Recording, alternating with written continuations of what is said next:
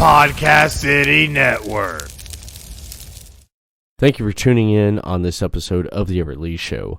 But before we get on with the guest onto the program today, there's a couple things I do want to mention that you can help out with supporting the Everett Lee Show. If you're looking to start a podcast and already have a podcast and you're looking for an affordable podcasting hosting site, Podbean's your number one choice.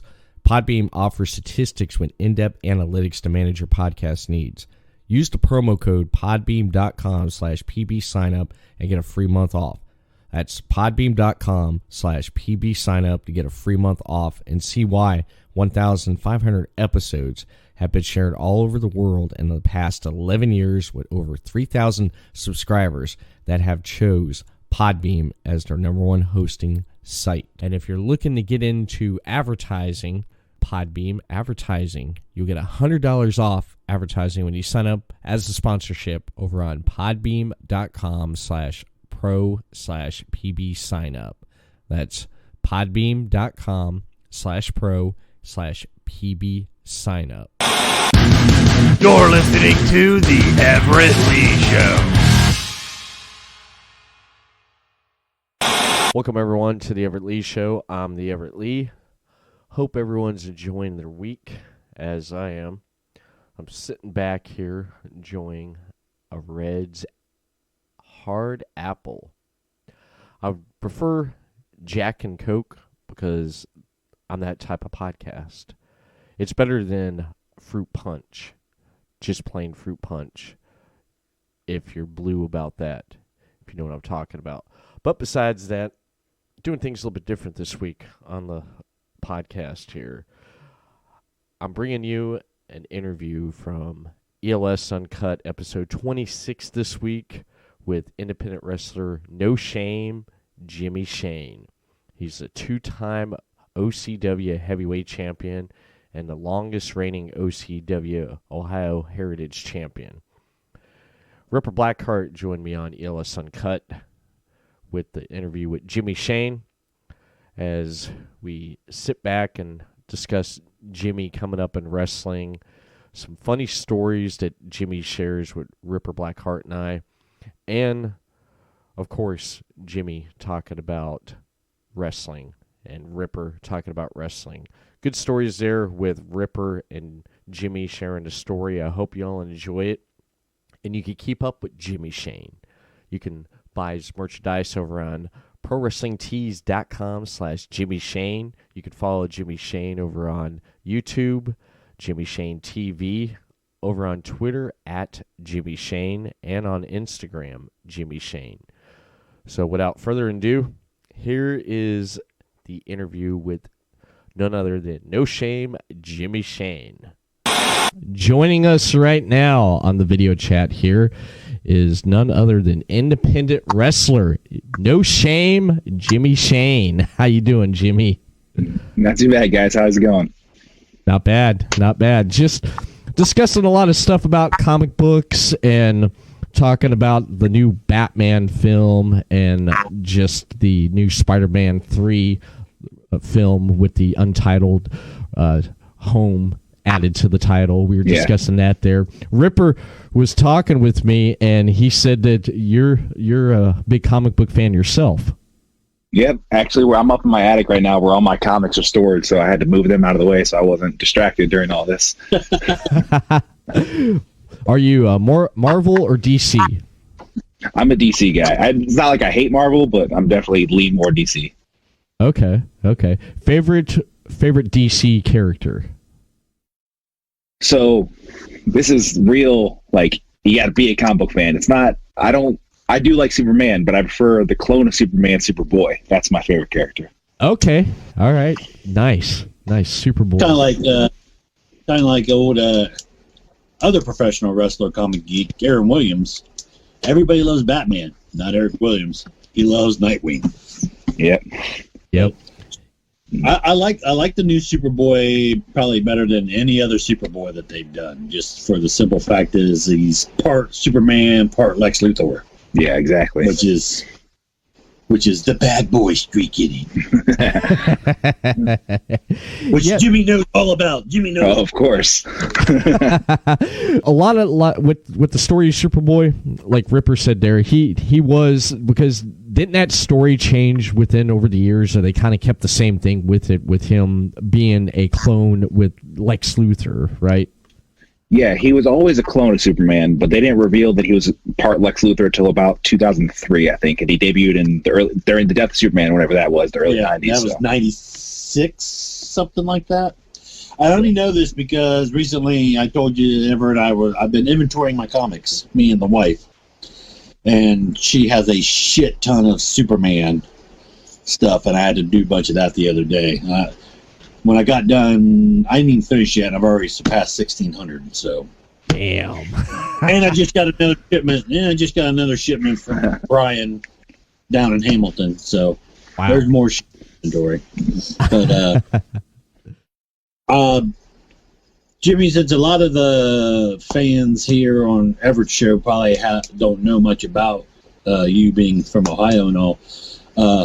Like I stated earlier this week, I'm profiling indie wrestlers on my Facebook page, and I've known Jimmy since he worked security for OCW. He doesn't know this, but when we would call him the Human Shield, because they had this barricade, they had this metal barricade around the ring, right? And if somebody was about ready to fly into it, Jimmy would be diving over there to lean up against that, so it wouldn't go into the crowd. Yeah. Wow. Damn, man. Now we would call him the Human Shield, and like I said, that's when I first met Jimmy.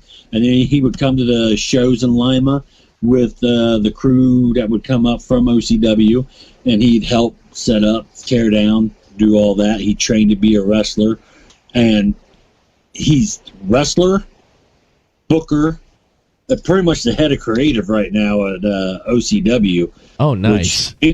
Which ain't bad for a kid that was the Human Shield starting off. Okay. That's amazing, man. That's amazing. If you don't mind me asking, how old are you, Jimmy? I'm 29. 29. Nice. Doesn't look a day over 40, does he? No. I think that's amazing. There, you're starting out. That's how basically you got your start there. You were doing security, and you've been a fan of wrestling growing up. What was some of your earliest memories of watching wrestling growing up? What got you to into wrestling growing up? So this all ties in together because being 29, that means when I was like 7s during the Attitude Era, my mom wasn't letting me watch that stuff with DX in the crotch chop and Stone Cold giving the little fingers. I wasn't allowed to watch that. So one day my stepdad flipped to the channels. This is in 2002. This is when I started watching wrestling. So I was old. Wrestling wasn't cool anymore. And I was there flipping through the channels, and he turned on to see Rikishi because he heard about him at work. And he wanted to see him do the stink face, put his butt in someone's face, and I was just a kid sitting on the couch like, sure, whatever. Then the segment right after the Rikishi thing was the Hurricane. Oh. So there's this wrestling superhero, and I was like, there's a superhero? That's really cool. And then he changed the channel after that. But there was one of those, like, coming up next will be the Hurricane. So he changed the channel, and I was like, and I ran down into the basement to watch wrestling because I was, like, kind of ashamed to watch it, I feel like. I was like, I got to hide that I'm watching wrestling. So I went down to the basement, turned it on, and from then on I was hooked. Nice. Hurricane Sean Helms. He was great, man. He had a great career, and he still does independent shows and still makes appearances even to this day, which I think it's great, and even at conventions. Have you ever been to those conventions where you have a lot of the workers that are there, and you get to meet some that you may have seen along the way there on TV or even like at shows? I actually don't think I've ever been to a wrestling convention. I know they exist, but we're usually booked. Yeah. And that one, we were supposed to be appearing at one in the fall, right? And then that got canceled because of everything going on. Yeah. So because we were going to be, what was that? Ottawa, Salina, one of those two was having something like that, more like a PopCon Yeah. Culture Con, but yeah. Yeah, me too. I've never been to an actual wrestling convention. Except one with Virgil, right? Oh, yeah, I forgot. Yeah, I had to throw that, I had to throw that out there. I want to call it that. I was in a room with Sleepy Greg the Hammer Valentine. But, we did get a cool podcast out of Paul London with that, though. So that's fantastic. I love that. I still love that story. I went back and if you get a chance to listen to it, I think it was on episode 205 with Ripper Blackheart there, Jimmy. Towards the end of it, when he's talking about the Virgil stories, that's great. I still even laugh about it, and it's just funny, man. Jimmy's got a story for you. Okay, tell him the Grant story, Jimmy. Tell him the mean thing you made me do to Grant. So, as you said. So when Ripper talks about how he's known me for years, this goes back, I got involved in wrestling when I was 18, 19. So that's 10, 11 years. So I've not only known Ripper the whole that time, I've known his children that whole time. Wow. So a few years ago, so I've seen them grow up, and even though they're not that much younger than me, it feels like they are. Because I was, the adult wrestling guy over there, and they were Ripper's kids, and I was looking out for them. So a few years ago, once I started helping to train the kids at wrestling, we brought along a few of them to one of the shows, and the headline Grant Andrews, who Ripper manages in Ohio Championship Wrestling. So he has a strong bond with Ripper already. So we're out at the after party, and Grant starts dancing with this girl, who happens to be Ripper's daughter. So I pulled Grant aside and I start chewing him out, yelling at him, telling him, no, she's off limits. Don't do that. Why would you dance with her of all people? There's this bar full of people. Why would you dance with her? You're going to lose your career. Ripper's going to quit managing you. He's going to get places to quit booking you. You screwed up big time. So then me and Ripper came up with this idea. He says I made him do it, but he enjoyed doing this. So a few weeks later, we were at a new Ohio wrestling show in Columbus, and Grant went up to shake Ripper's hand, and Ripper just pulls him in and goes, not right now.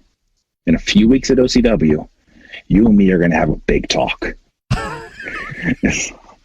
So then, and Ripper's son was a referee at the time. So Grant goes in the locker room.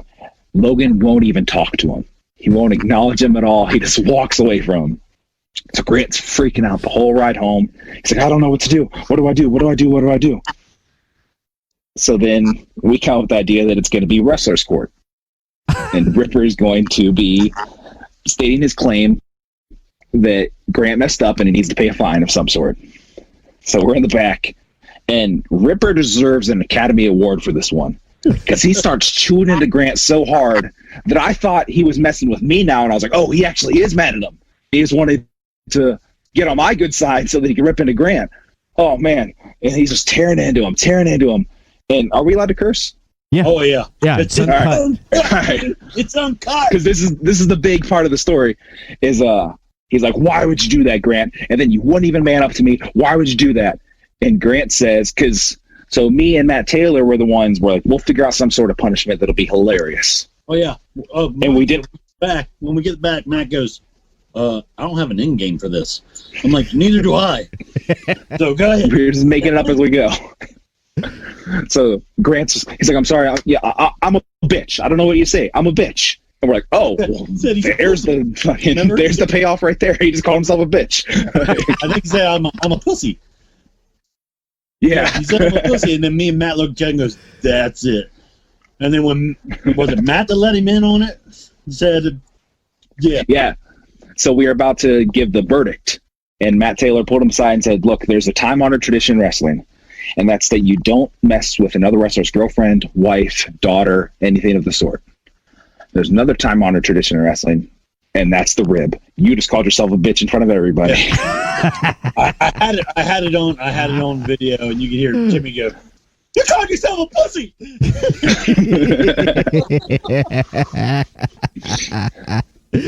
Damn, man, that's great. That kid was getting bricks for like 2 weeks Well, he was already shitting bricks before that, but then as Jimmy said, after what I did at the New Ohio Wrestling Show, and it all started is I didn't even know about it. Right. I'd left earlier the night in question, and I went into a town to go pick up dinner the next day, and my wife's texting me saying, hey, it'd be all right if Desi dated Grant. When I'm like, no. But they're the same age. I'm like, you say these things as if they matter. So when I get home, she tells me the whole story, blah, blah, blah. And I text Jimmy. I'm like, I just found out what happened last night. We got to fuck with Grant. He was like, already started.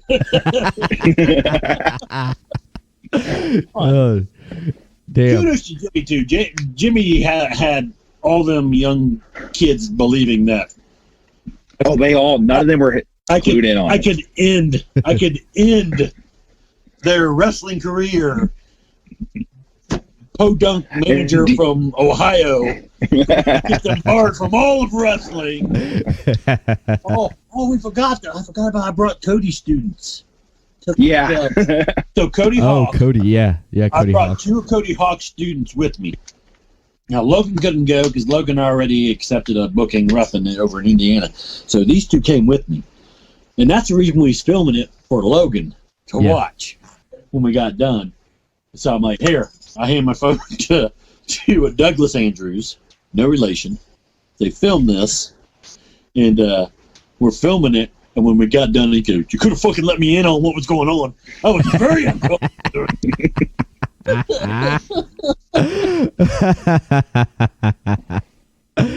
Damn, that's great, man. One thing we're talking about with Ripper is just he loves to rib. You guys just love to rib, and it's great, man, because you gotta have a good time. You gotta cut up, and you gotta know how to take it as you dish it out. You gotta learn how to take it too, and. Mm-hmm. Watching some footage of you in the ring over the weekend, Jimmy. I checked out that OCW Heavyweight title match you had there, and my mind's drawing a blank right now on who you faced there. Jock. Yes. Jock. Oh, Jock. That was a good one. Yeah, that was pretty damn good, because when I pulled you up there on YouTube and I saw that there, I was looking at the videos that have the most views. So I went ahead and that was at the top of the list there. So I clicked on that and I was watching it there. I loved how he played to the crowd, man. The crowd, he came out there and he just pissed off the crowd. He calls you out, you come out there, and I was telling Ripper, I said it was an underdog story from what I got from it. He worked you and worked you. I liked the action outside the ring where you'd build momentum, and then he would come back at you, and then you got back in the ring with him, and he just pretty much worked you, and then you came back. When you made the comeback there, the crowd was with you all the way, no matter what, because they didn't like him. You were the fan favorite there, and just the stuff that you did going back and forth there in the ring and in turnbuckle, and just the kicks that you laid into them, and just the trading of the shots, and with the finisher there with the 1, 2, 3, I was like, hell yeah! I was like, this was great. This is just your basic heel face story there, and you came back and you won. You retained the championship until what's his name came in and cashed in and then took advantage of it and took the title from you. But I love that. Who was that came out there? I've seen him before. Who was that? That's the guiding light, Matthew Taylor. Okay. He was my arch enemy for a good solid 3 years. Not just in one promotion, like every damn place I showed up in Ohio. I'm like, what are we doing tonight? Well, you're managing this guy, and he's facing Matt Taylor. What? Oh man, that's crazy. That's crazy. So I want to point out how you said the fans really behind Jimmy, and the OCW fans have watched Jimmy. They've watched him this whole time. They've grown. Some of them kids have grown up with Jimmy. Yeah. they so relate to him there in OCW, no matter what town they go to. And the same is true when he comes up to Lima. When he started off as a heel, they, like I said, Jimmy, if they hate him, they hate him. Yeah. They love him, and that's because of Jimmy, because of the connections he can make. Like I said, they feel, and there's a lot of fans, I've never seen them feel so connected to a guy. He's one of those guys that at any time he could surf through the crowd if he wanted to, go through the crowd whenever he wanted to, with no fear of something dangerous happening to him, because that's how much they love this kid. Yeah. Yet now, talking about OCW there, Ripper said you've wrestled in War. You've wrestled quite a bit there, haven't you? What other promotions have you wrestled in Ohio? OCW and War are the two. Those are like my homes. Like, I've been there. I had my first matches in those two companies, and I've been there ever since. The other ones in Ohio that I've been at are I've gone down to Rockstar Pro in Dayton. I've done Midwest Championship Wrestling out in Marion. Future Great Wrestling down in Hamilton. A little bit with Mega Championship Wrestling up in Cleveland area. New Ohio. Yeah, New Ohio down in Columbus. I try to, like, I've got OCW in Akron, and then at the other end of the state, I got Lima for War Wrestling. So I try to, outside of that, stay out of Ohio, because I don't want to, I try to make myself a commodity. So it's like, all right, if you're in an hour radius, you have to go to this company to see me and not one over there. Like, and I try to, so I'm like, all right, those are my two Ohio ones. So I'll do one in Pittsburgh, try to do one in West Virginia. Obviously right now, not much of anything's happening, but yeah, I try to spread it out a little bit. That's good. That's good. Getting around there and try to spread it out there. David C. Russell wants to give you a shout out there in the chat here. He says, shout out to Jimmy Shane. Hey man, how's it going? He's been tuning in tonight here on this live episode here on the Everett Lee Show Facebook page and Podcasting Network Facebook page there. Everyone tuning in, you got any questions you want to shout out in the chat to Jimmy? Go ahead, sound off, and I'll get to them as they pop in on the chat there, as Ripper Blackheart and myself talk with No Shame, Jimmy Shane. It's a bit of a tongue twister. Say that. Yeah, it is. No.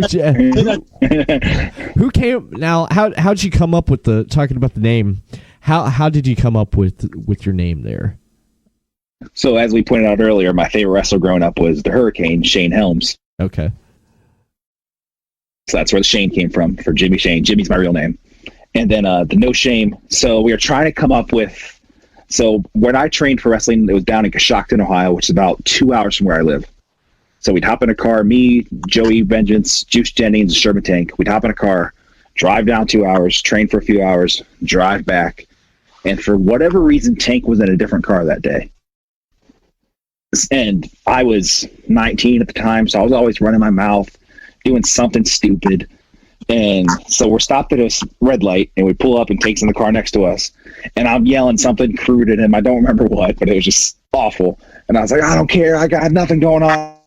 I got no shame. I'm Jimmy Shane. And like both cars stopped, and we all got wide-eyed. And I went, oh, that's it. I'm No Shame Jimmy Shane. There's the name. All right. That's amazing. I love that, man. I love that, because usually with talent, and you can agree with this, Ripper, talent coming up with a name and a gimmick it's hard for some of them, and some of them it just falls natural to them. It just falls natural to them with coming up with a name and a gimmick, and others it takes a while there for that to happen. And that's pretty cool how that just happened right there.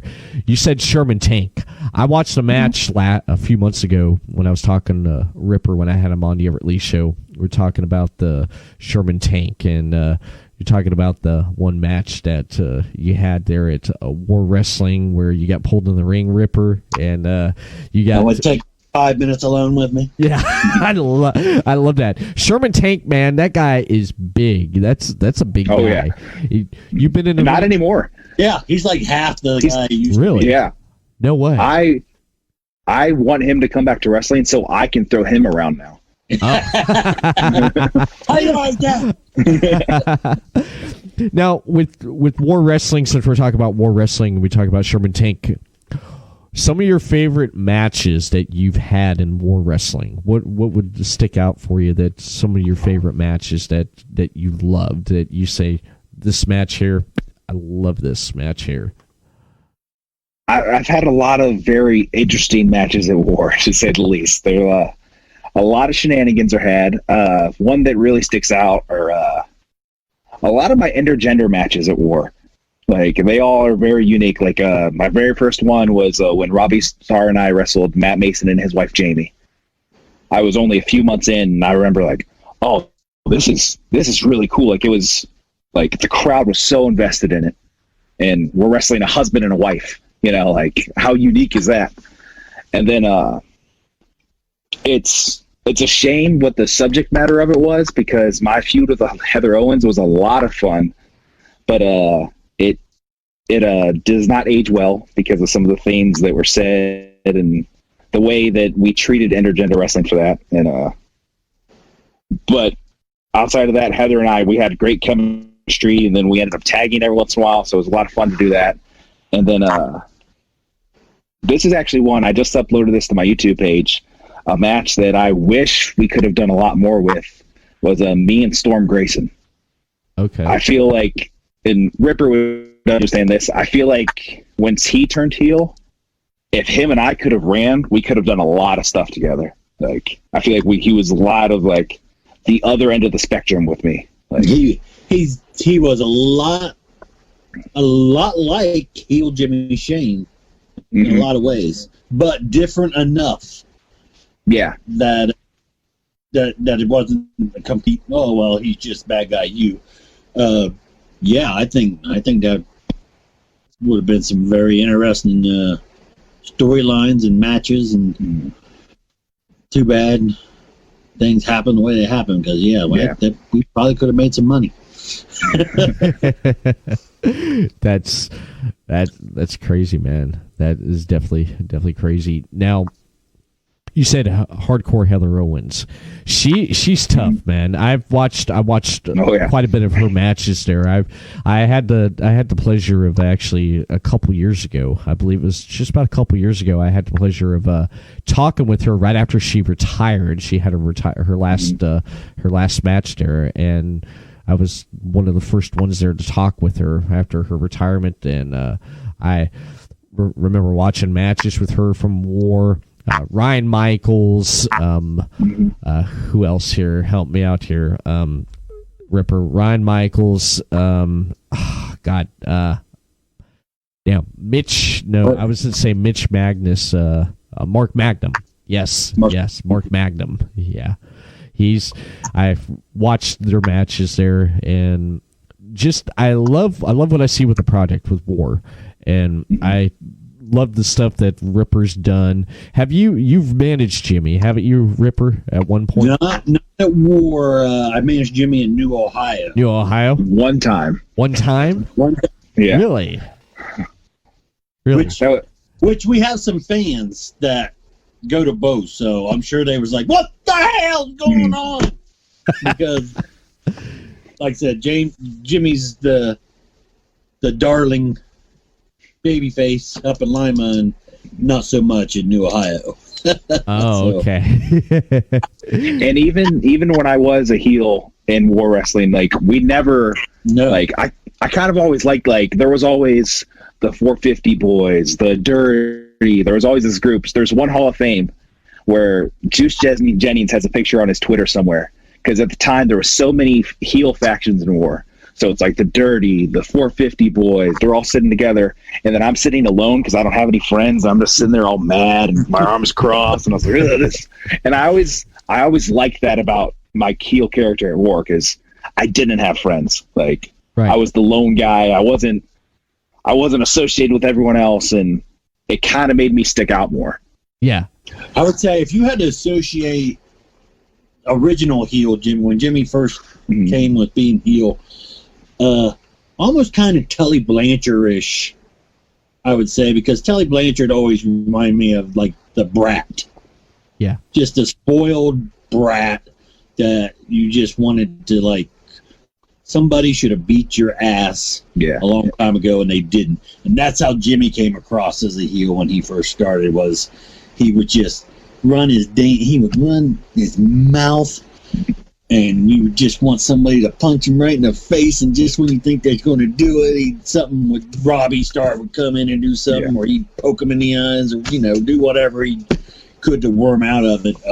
When Jimmy was heel, that's what I got up. The early heels now, when he's developed and matured over the years, and so's his character. But if you wanted something to base off, you want to get an idea of what Jimmy was when he first started. Think 80s, probably even before the Horsemen, when he was with J.J. Dillon and before they joined the Horsemen. Just how just how you just want to just slap the shit right out of.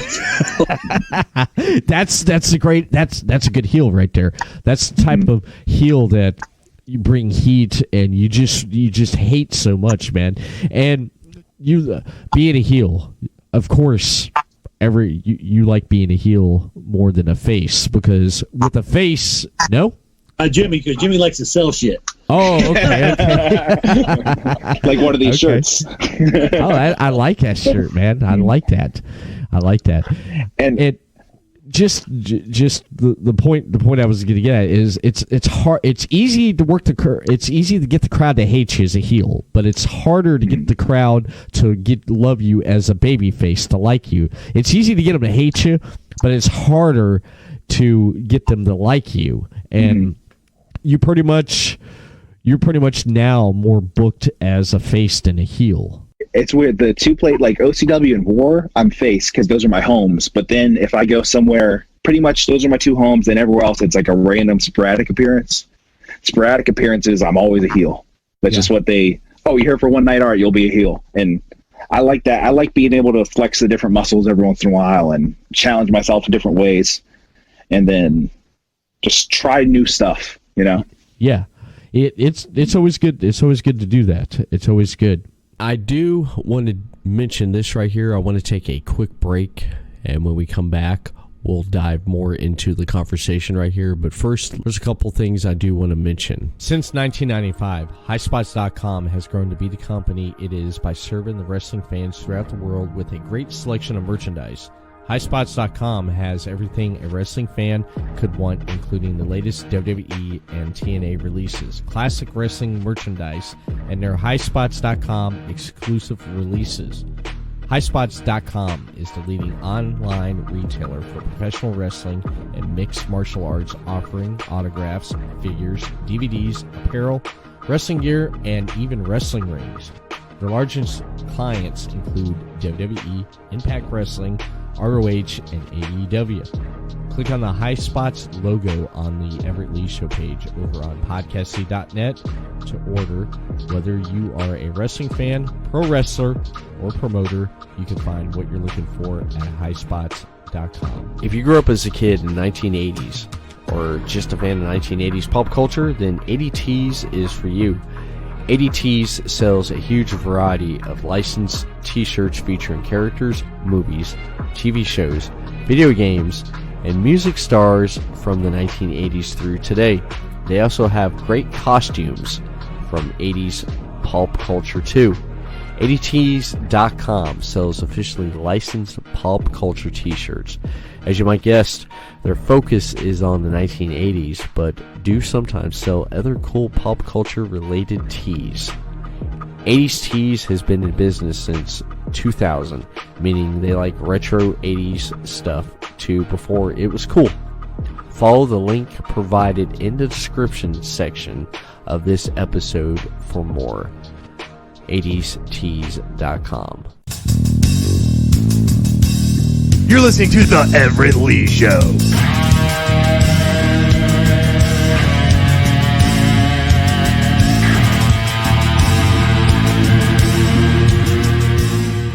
would be one of the worst injuries that you endured since you've been wrestling? I've gotten pretty lucky where I've never had to take time off for an injury or anything. I haven't had to cancel any shows, but I hurt my knee playing high school football, and that has been a reoccurring thing where it's come up again a few times. And there's 2 big times where I've hurt at wrestling where I thought I was going to be out, and then luckily I had a few weekends off and it came back. One was at War Wrestling. The first time Mojo McQueen's debut match was against me. And when he planted me with his finish, something happened and my knee just jammed. And I was like, oh, well, that's not good. Uh-oh. But I was young and dumb and I was like, whatever. So I just went out, drank that night. And here's the problem. I danced the night away because I was very drunk. So then when I woke up the next morning, I could not get out of bed into my car. So I literally was like crawling to my car to get home because I live about 3 hours from Lima. So it was not fun. And then a few months after that, I was wrestling Gino DiCapo at a birthday party for OCW. And there's just 20 kids there, nothing much. So we'd have this easy match, nothing bad, the light, nothing could have got hurt. I get out of the ring, I go to give the birthday kid a high five.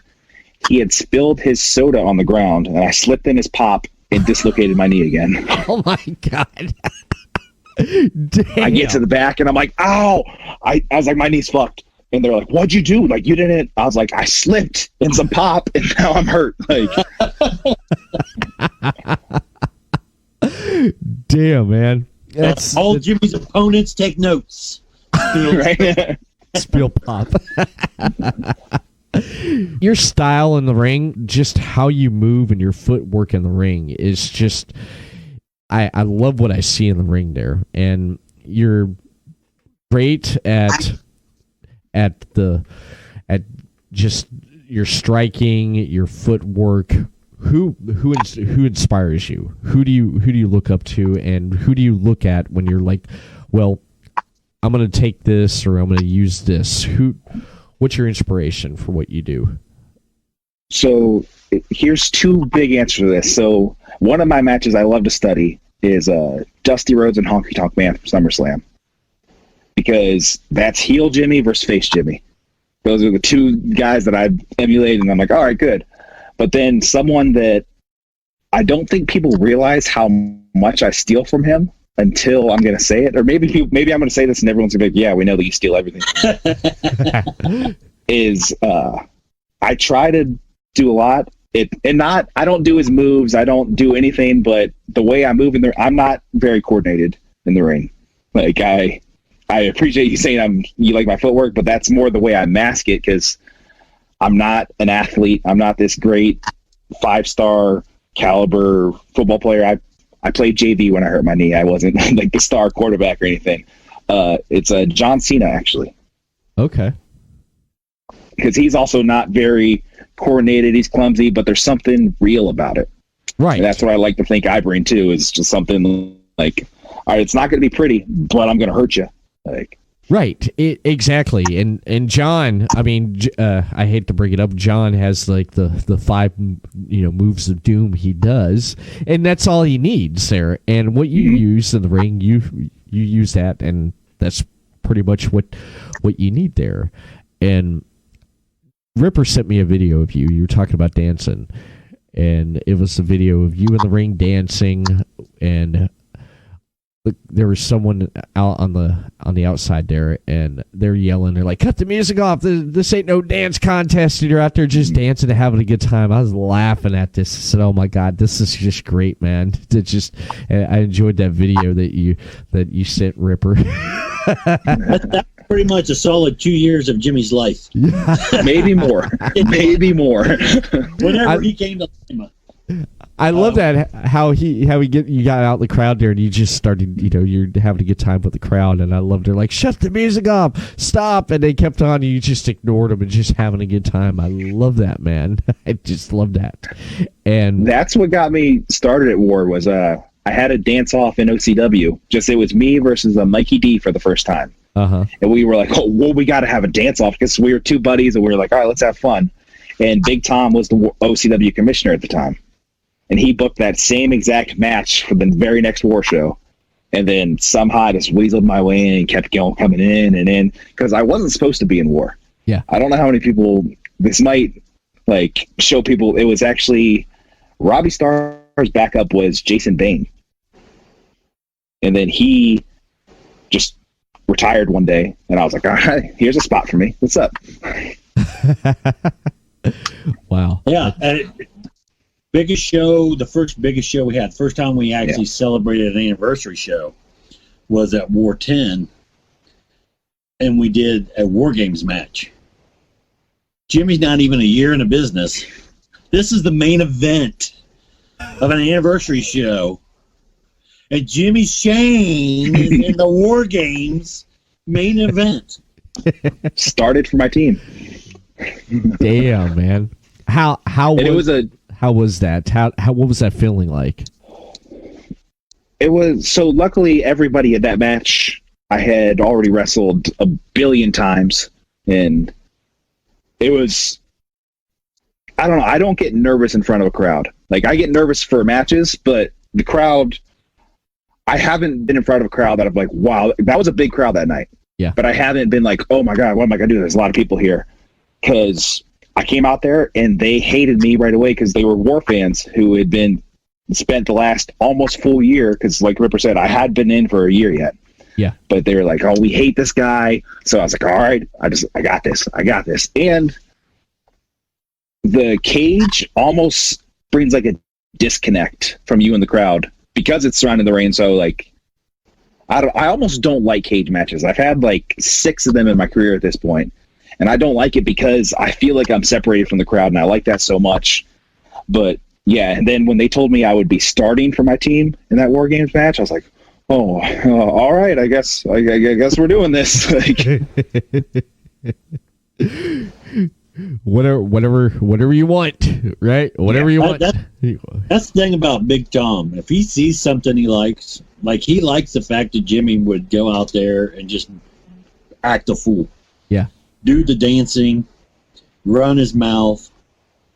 Tom liked it. I mean, and then there was, and what I like, and I've said it to Jimmy, and I've said it to anybody listen when they ask me my opinion about Jimmy Shane, is no point as Jimmy's like, oh, I want to be this, or I want to be that. Jimmy comes to the shows, what do you want me to do? That's good. Jimmy does what's asked of him. I've never heard him complain about where he's placed on a show or what his spot is. He's like where he's positioned in places. Like at War, he's one of the main faces. OCW, he's one of the main faces. That's not just because he trained at OCW, or that's not just because he's friends with so-and-so, because he's put forth the work and he's been professional throughout all of this. Right. The whole time he's been doing this, he has put himself in them positions. With what he does. And whenever there's like, through the years, it's like, roster's getting kind of big, going to have to try to cut some people, and Jimmy knows his name came up a couple times. I went to bat for Jimmy every time. I said, I like Jimmy because Jimmy does whatever we ask, whenever we ask. Right. He dressed up as his own twin sister, for crying out loud.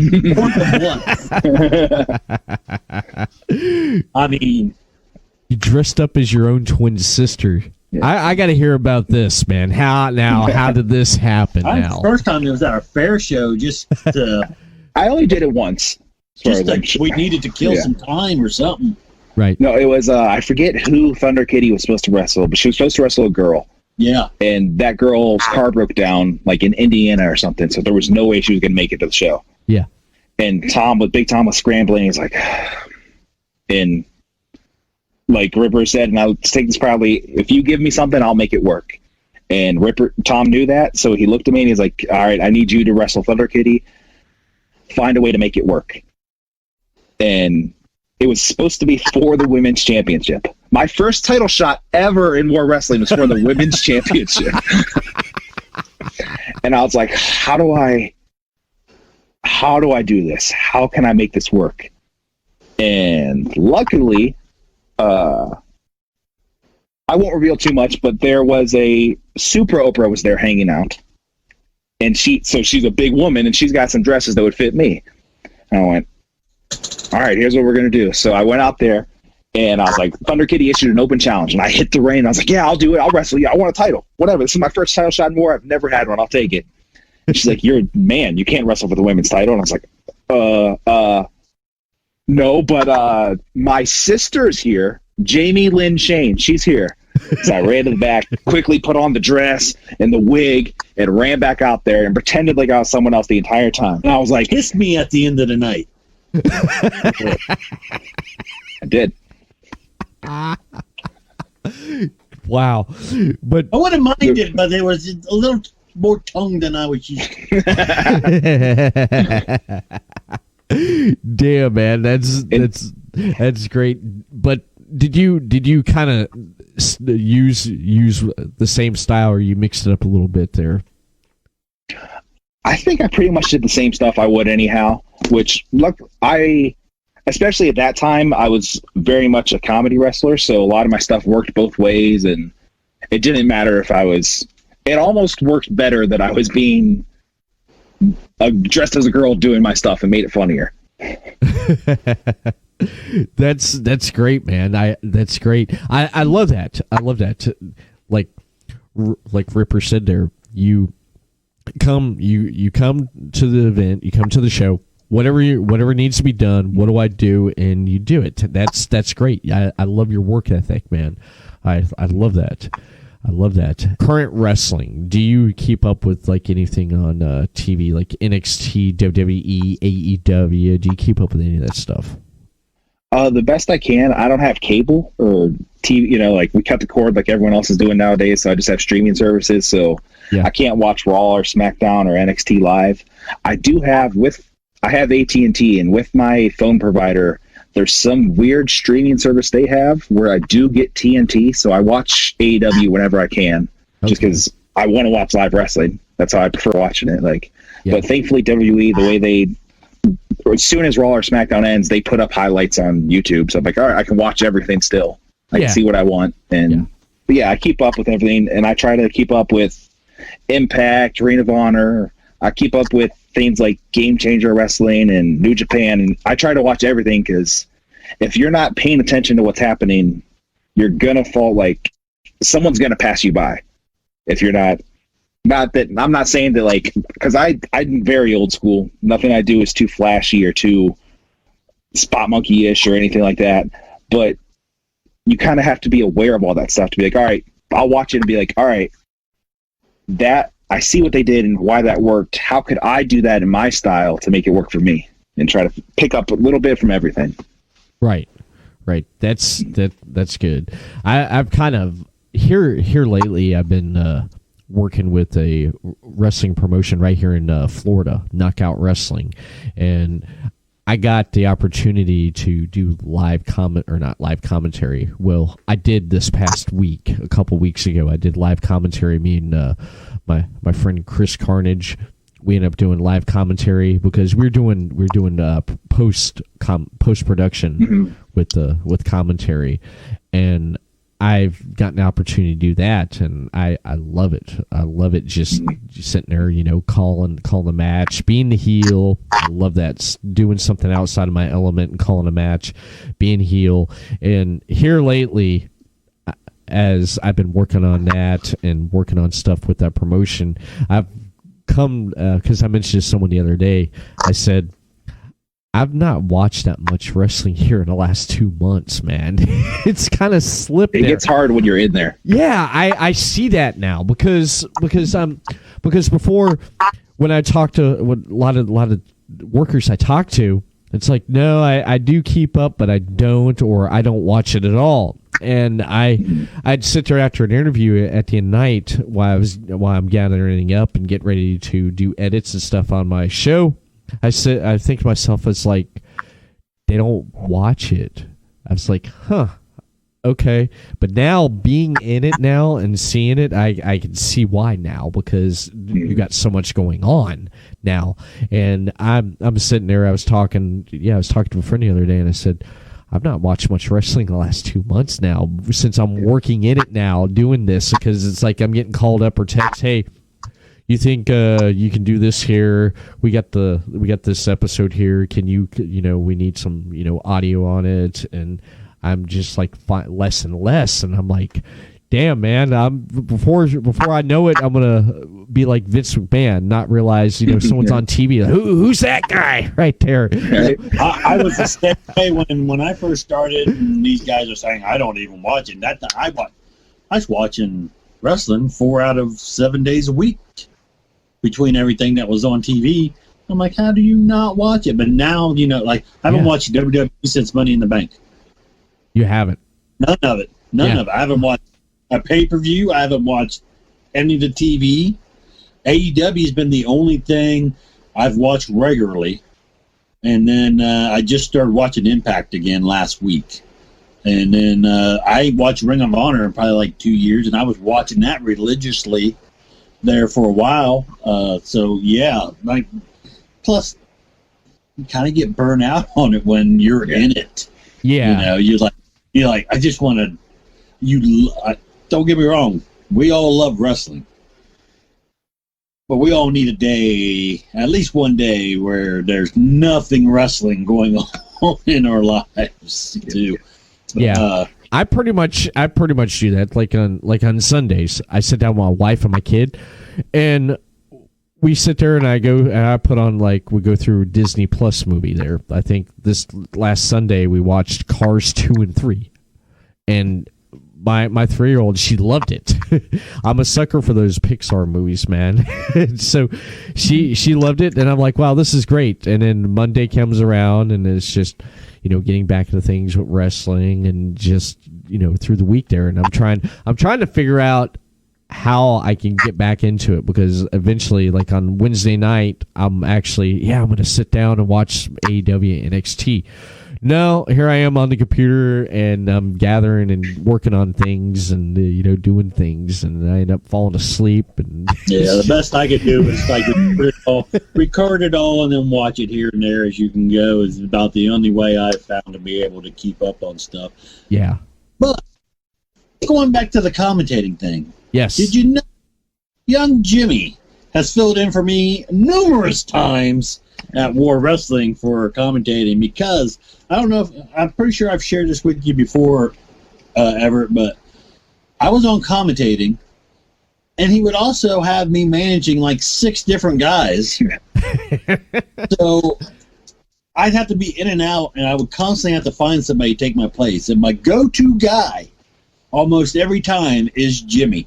Matter of fact, I went back, right when all this COVID shit first started, I went back and I was rewatching one of them from the Civic Center when they decided to flip the entrance down to that hallway. And I was managing Chiron. I think it was Chiron and Jake something. And I'm listening to commentating, like, who is that commentating? They sound pretty good. And then I go, oh shit, that's Jimmy. That's how do you feel?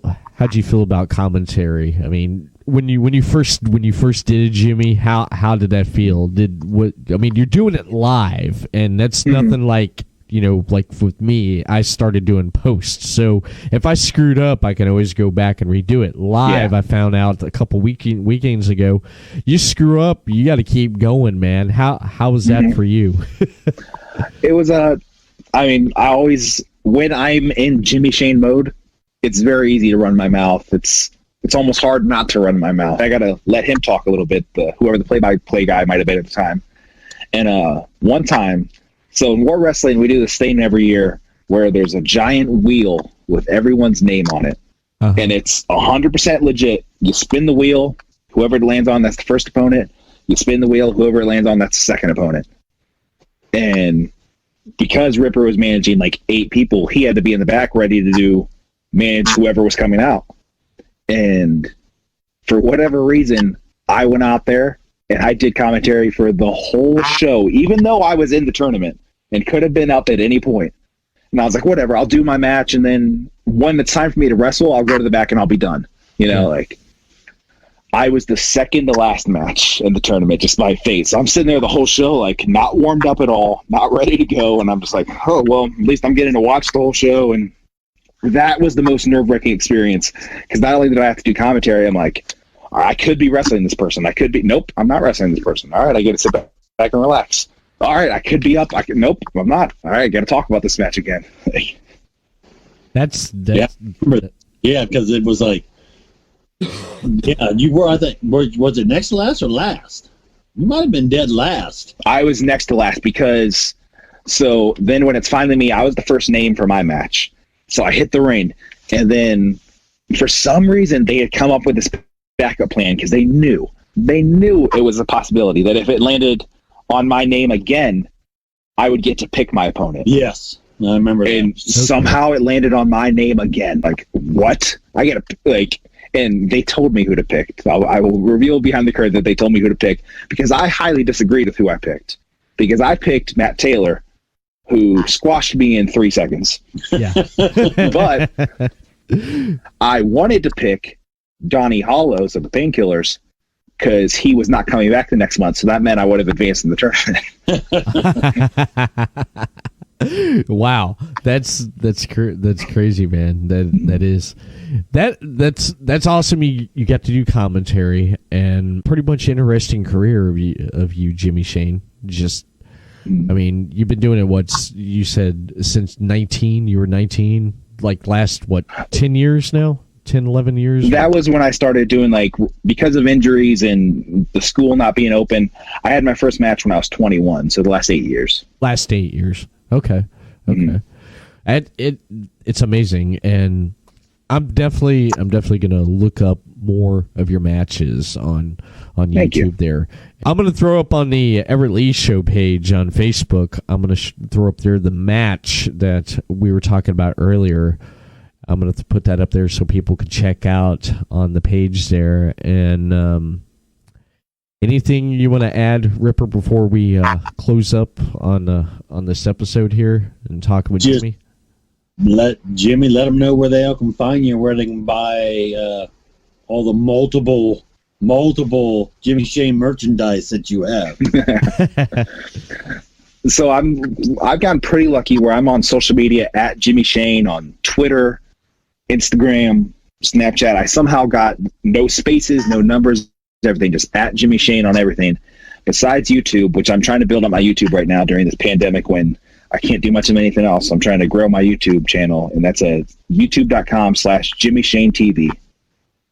But everything else is Jimmy Shane, and there's this hydroplane boat racer whose name is Jimmy Shane, and he hates me because I always get tagged in his stuff because they assume it's him because he's way more famous than I am for some reason.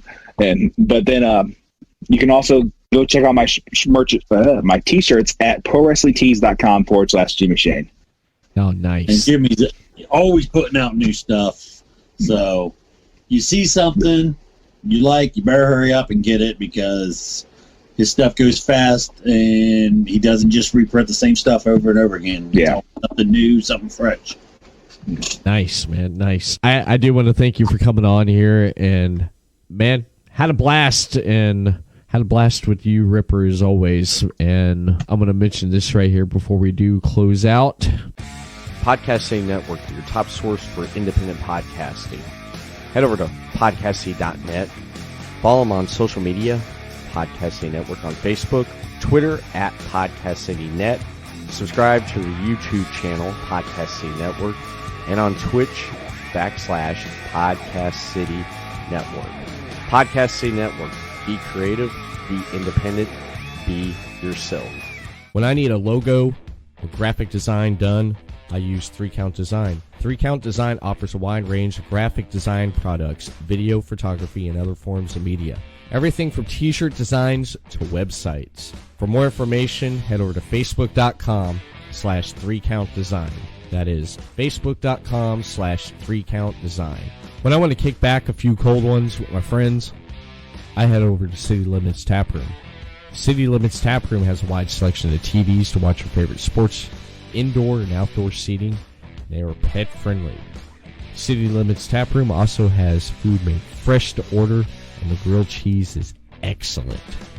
I recommend the grilled cheese and the apple pie cider. With fries on the side, can't go wrong with that, baby. For more information for upcoming events, head over to facebook.com/City Limits Taproom.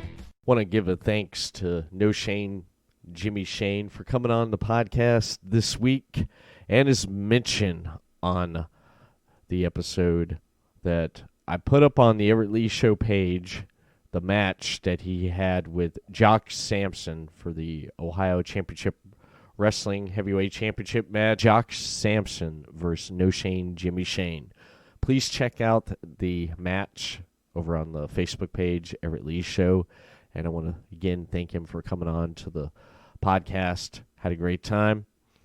And that is it for this episode this week of the Everett Lee Show. We'll see you again next time for another new episode.